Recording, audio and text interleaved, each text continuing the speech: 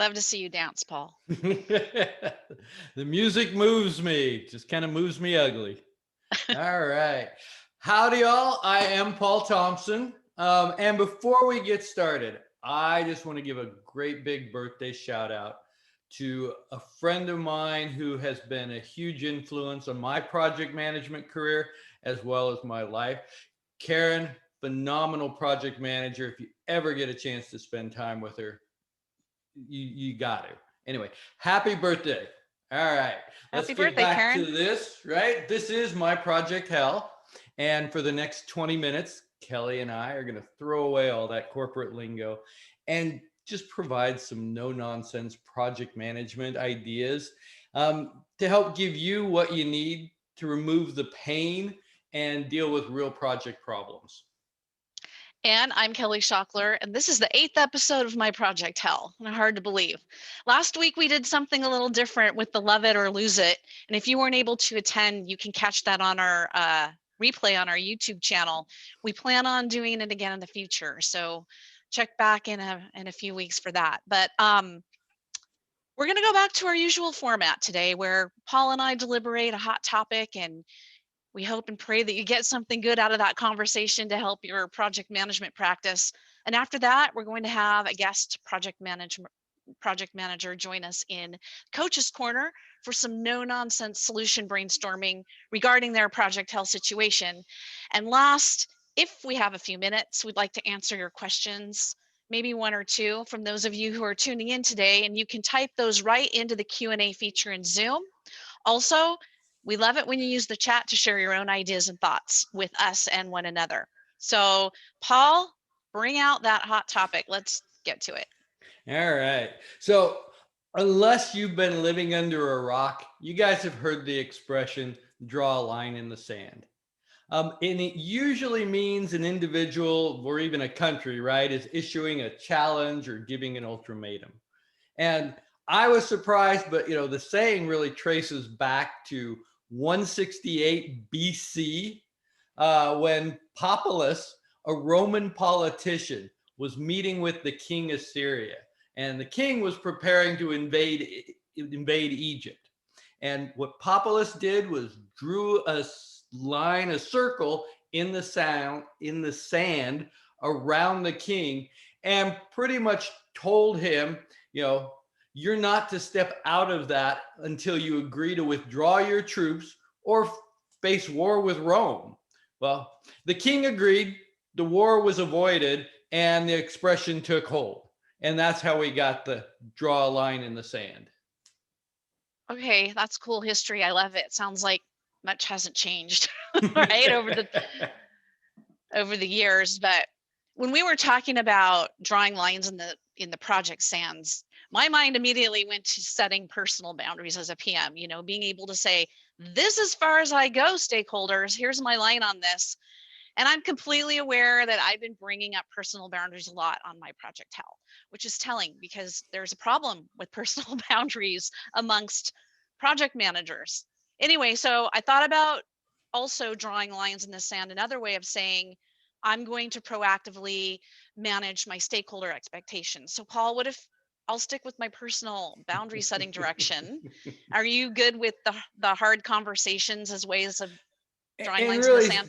I see, to me, I love the story because it does, drawing lines in the sand to me is about showing up for the hard conversations and standing your ground to have those. And every project manager, at least once on almost every project, is going to have those conversations. And whether it's a line or a circle in the sand, you're saying to your constituents, to the stakeholders, this is important, and I'm here to work with you to deal with this. And I just find that, it kind of empowering to know where that is for you.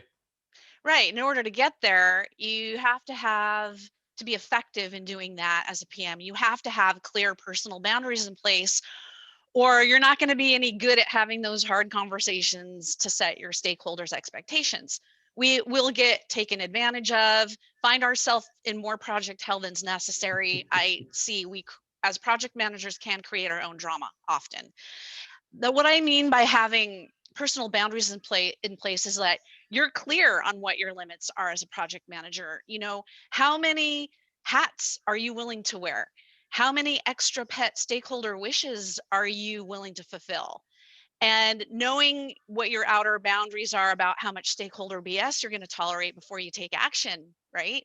And how much are your baseless fears sabotaging your boundary setting? These are kind of deep subjects, but all put out there for you to think about. I mean, you say, okay, all changes got to go through this change control process, and then a sweet talking stakeholder comes in, someone who's a great person, you're friends with them, they've done you favors on projects, but they're asking you for this one little teeny weeny thing. No one's going to notice, they say. It's not going to cost anything, they say, and it's going to bring so much value. Boundary problems, and this turns into scope problems, right? One more example, you've got project team members who aren't getting their work done on time. We hear this a lot, we've experienced it, and sometimes not at all. And you let it, how long do you let that go before you take action, right? How long are you avoiding the conflict and your boundaries aren't tight enough? You're not drawing those line in the sand to let team members know what the boundaries are. So no boundaries, project deliverables are becoming an accountability problem. And now you've got delayed deliverables and your schedule slipping. See how that That works? that is right. And you know, as you point out, right, boundaries sort of set the lanes for everybody to operate in, right? Because there's no easy button. And sometimes, as you pointed out, Correct. it's going to be, having that conversation with the stakeholder who's a friend who you owe the favor to, and just, I can't do this because you have identified your boundaries, right? You know where your lines are. And once you know where your lines are, you get to make the choices now. It's it's a bigger problem if you haven't set your own lines and you haven't set them clearly for all your stakeholders and everything. Because then, Kelly, exactly as you described, mayhem, everybody's running around, nobody knows what's going on. No easy button for this, right? It is hard sometimes, but it's the things that I think really start to separate those who want to make project management their career, Mm.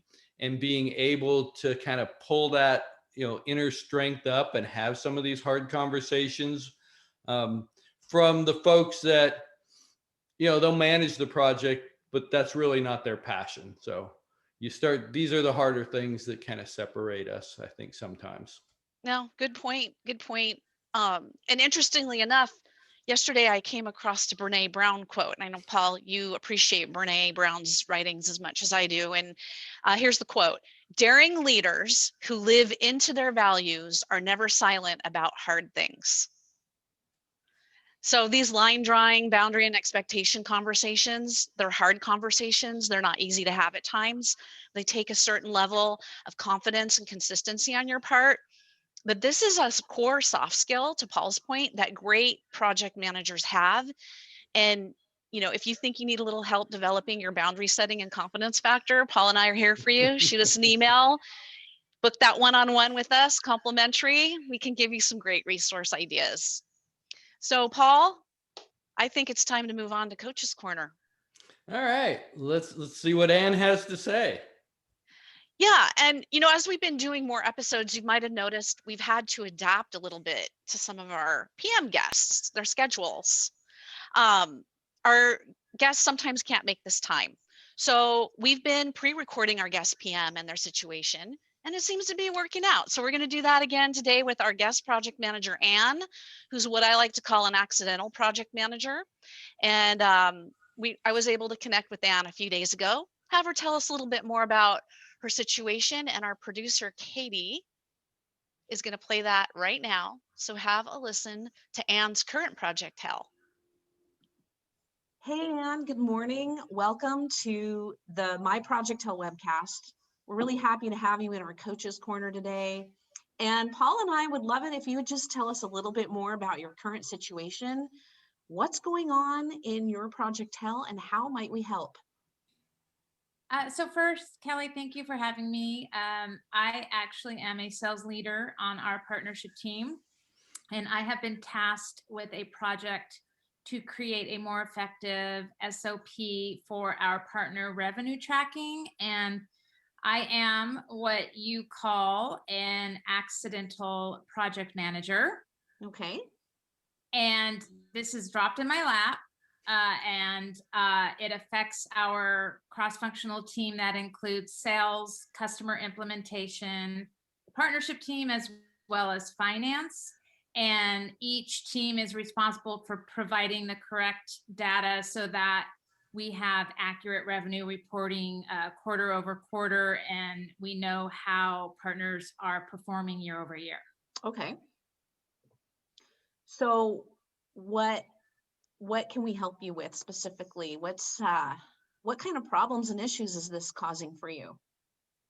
Right. So we have an extensive partner ecosystem, and it consists of, hundreds, if not thousands, of client accounts associated with partners. And in order to track accurate revenue and determine how they are performing, we rely on 3 different software management systems that are not integrated.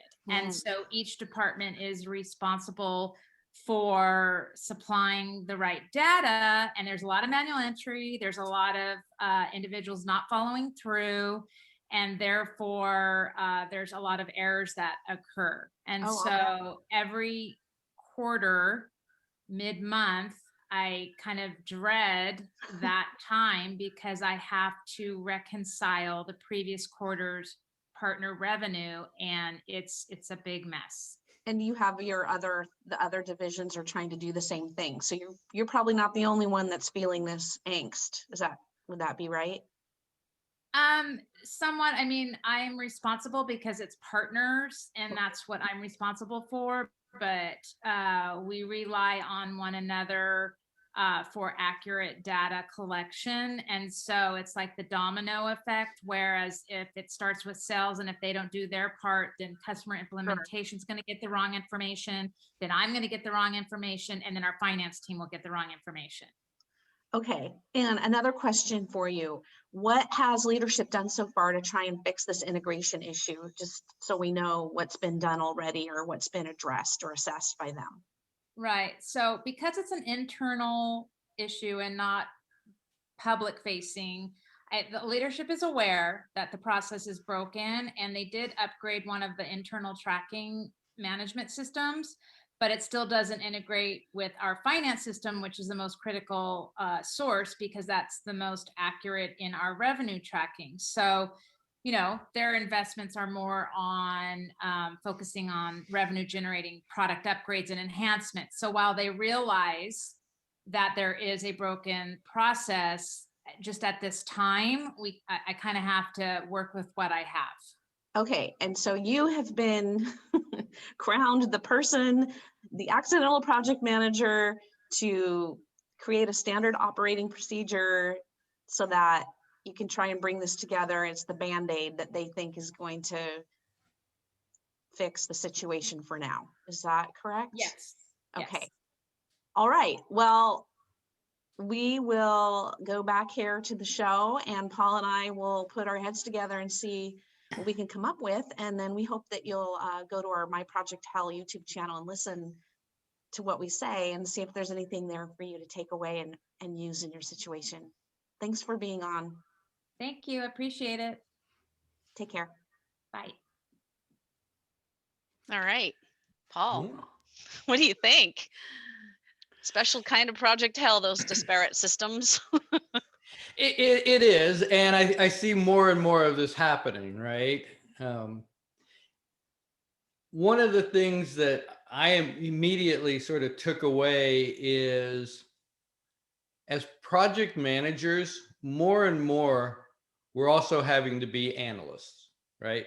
And in this case, I think Anne is being asked to participate in the task force, right? She has a stake in it, and really she's going to be analyzing her partner revenue, those types of things that she has, and working with the other stakeholders. But she's also going to have to kind of set down the schedule and everything. So I'm going to address this a little bit differently and more from the business analyst side, because I think that's where I heard she's got a lot of struggle with knowing going in that she's not getting new system integration, she's not getting a lot of things. But what we've found in all of our work is the best way to get a handle on this initially is you've got to document your current workflow.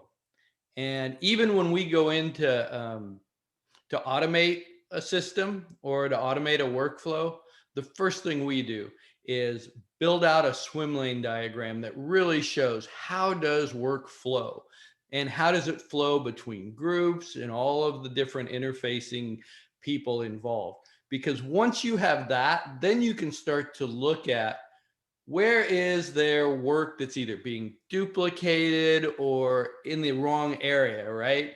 Somebody's doing some work that they really are having to go ask me to get the data so they can put it in when I should just be putting that in when I do my work, things like that. But it's been done this way forever. And you don't see those types of things until you get a good handle on how your current workflow is going. So that's going to be really one of my stronger recommendations, is for her and her task force to go get and build a solid document of the current workflow. I totally agree. That's foundational, right? It's what everything else flows off of.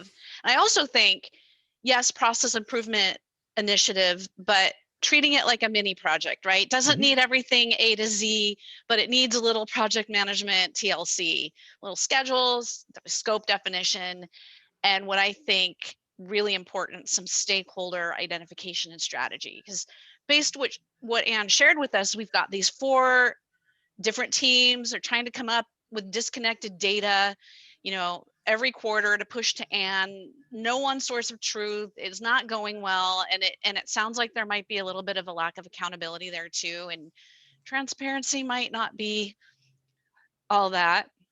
And I just think the downstream impacts keep going and going. So here she is getting this new project dropped in her lap. Like, here's the hot potato, Anne, the unsuspecting sales leader who's supposed to fix everything with the Acme Miracle Band-Aid.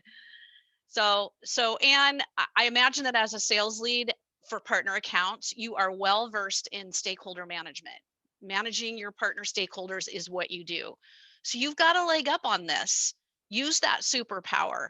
Use it with your the one that you use with your partner clients. Focus that internally into your organization and on this project, because that's what you're going to need to create that buy-in for whatever future process is going to look like. So it's part of creating the common vision, right? Something they can jump on board with. So this is done by spending time with your key internal stakeholders for this new process. Take 20 minutes. You can get a lot of done in a 20-minute interview. Maybe focus on your top 4 to 6 key stakeholders representing each department, and maybe ask them these 3 questions. What are your 2 to 3 biggest pain points they think that this process needs to solve or address? And if these are solved, how's it going to make their life better? And one thing Paul and I have been talking a lot about lately is what success looks like. What does a successful outcome look like to them? And what can they do in their role? What can they bring to the table to help you get there? And then you can come up with a simple strategy to engage them in your process development, ensuring that they have ownership of the future of what you're spending at. That's super important. Well, and I like that. And I like, getting your stakeholder involvement. I love having your success factors, right? What's going to make this successful? Get them to build that, help you build that. And also, if you're going to run this in an agile kind of way, what does done look like, right? How do you know when this thing is done? Is process improvement really ever done? No. And I guess I liked how you put, you don't have to go overboard with, heavy project management. But there's going to be some things that I think Anne's going to want to do, right? Set up some scheduling just to kind of put stakes in lines in the sand, right? Yeah. For when we're going to hit certain milestones. We may not hit them, but those are our targets, right? Those are our aspirational targets as we move forward, and they can be adjusted as they go. But I find that especially with like process improvement, operational excellence is what it's often called in the Six Sigma world, right? Mhm. That people can get hung up on spending a lot of time just talking about it as opposed to doing it if there aren't those milestones, those lines in the sand start hitting.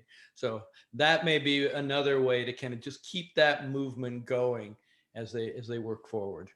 But it's all related, right? It is all going and coming back and around. So I like the stakeholder management.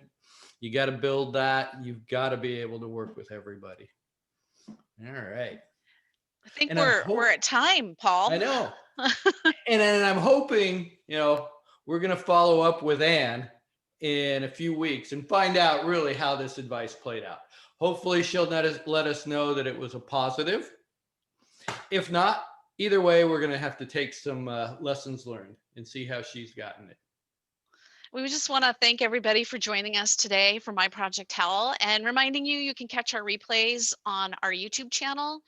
That link can be found at myprojecthell.com or in the post-show email that's going to come your way, with some other links, including ways to connect with Paul and I for a free one-to-one 30-minute coaching call. We're happy to meet with you. That's right. And I hope you all did enjoy it, right? Kelly and I have a lot of fun doing this. Please join us next week when we're going to be talking about don't just complain about the problem, right? Bring me a solution. Don't bring me a problem. If you'd like to participate in Coach's Corner, please drop us an email at myprojecthell@gmail.com. And we're always looking for project managers that want to pull themselves out of the fire. All right.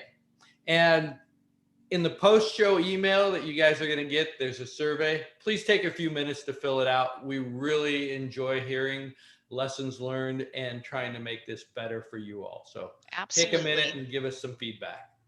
Thank you all. Take care.